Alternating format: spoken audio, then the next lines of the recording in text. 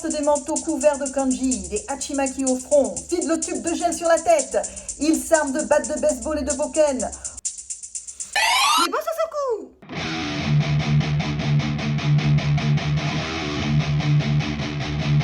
Aujourd'hui, nous parlons des Bosozoku, les gangs de motards japonais, un mouvement tombé en désuétude depuis les années 2000. Quand on les voit rouler en ville, on se croirait dans Mad Max. L'inspiration vient tout droit des États-Unis. Grease pour la coiffure, la fureur de vivre, les Hells Angels. Pourtant, il ne s'agit pas d'un simple copier-coller. Les Bosozoku revendiquent le code moral des samouraïs du Japon ancien. Tout a commencé dans les années 50. Des vétérans et des anciens kamikazes dont la mission avait été annulée se retrouvent pour former des gangs de motards. Ils n'arrivent pas à se réinsérer et cherchent l'esprit de corps ainsi que le goût du danger qu'ils avaient au front. On est bien loin des adolescents boutonneux qui vont prendre la suite dans les années 60. Venant d'un milieu très modeste, ils savent qu'ils ne pourront pas évoluer socialement et se disent que, tant qu'à faire, eh bien, autant défier l'autorité tant qu'on le peut encore. La croissance économique aidant, les motos sont plus accessibles, le mouvement prend de l'ampleur et gagne l'archipel. Le recrutement se fait généralement en circuit fermé au lycée. Le doyen entraîne son petit dans l'aventure.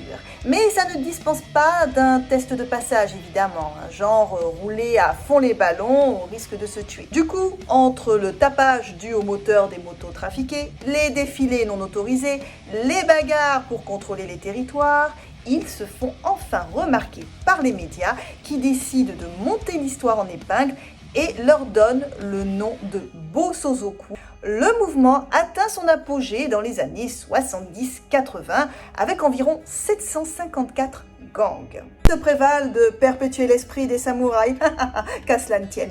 La police se fait une joie de leur rappeler que les premiers policiers du pays étaient aussi des samouraïs et qu'il n'est pas question qu'elle les laisse troubler l'ordre public aussi facilement. Résultat, ça castagne fort. Et puis, à l'image de l'économie, le mouvement décline.